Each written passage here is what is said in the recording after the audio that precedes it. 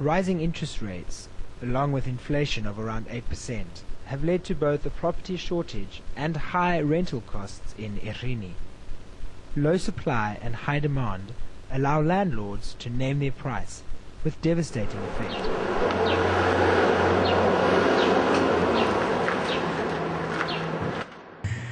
There's just not enough property. We've never been a big developing town. Supply and demand, there's not enough property, that's why the prices are there.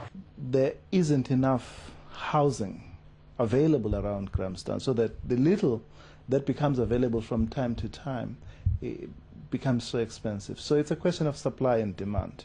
Interest rates have just gone up to 14%, which actually basically means it's 1,400 Rand for every 100,000 you borrow. And there are people who just don't want to buy property in Grahamstown.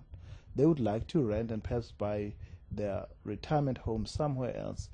The normal inflation, I think, has averaged about 8%. But at the end of the day, the landlord calls his price. So if a landlord wants to be extreme and he gets it, he's going to try to get the most for his house to cover his bond.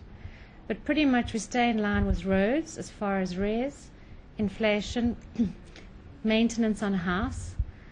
But I'd say between 8 and 10% has been the increase over the last 10 years. I believe that rentals are likely to be approximately 1,000 to 1,500 Rand per month. 1,000 Rand a room is going to be your less attractive digs with less security, not a good area, no internet connection, no furniture, etc.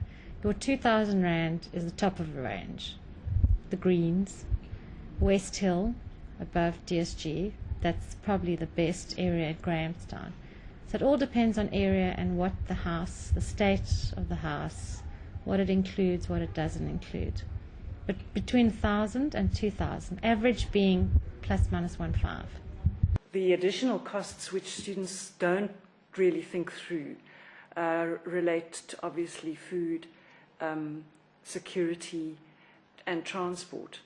And they often don't budget for those in a realistic way. So students from Africa battle, and they of course are not able to benefit from our financial aid scheme because that's reserved for South African students. 10 years ago your bond was more than covered with a mediocre rent, where now you're actually subsidizing your bond.